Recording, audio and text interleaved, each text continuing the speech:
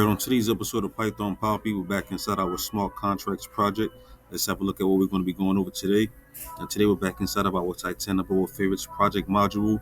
Yesterday we did some light reading, and today we're going to go over what we went over yesterday inside of the actual contract.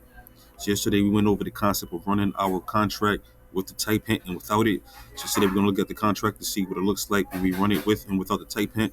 So you can see here, first and foremost, I ran it with the type hint. So you can see here we have our class boa.contracts. This is going to be an API contract. That's when we ran it with the type hint and then actually commented it out and ran it again. You can see we get the same exact thing back, but this time we don't have the class of our contract. So it's excluding the API contract. So it's still a contract. It's still an API contract. We just don't have the type hint letting us know what it is. So it's really no difference at all. It doesn't really cause anything with the functionality. It's just letting us know what kind of contract this is when we use the type hint. And that's the only difference. And you can see that the address is still the same. This is the address where we can locate the actual contract on the PyEVM. And this is the file that's coming from our favorites.vi file. So you can see everything is exactly the same.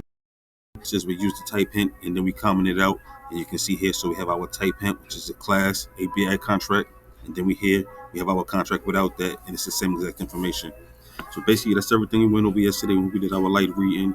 And now we are caught up now, so we're going to keep moving forward. But of course, I will keep you posted every step of the way.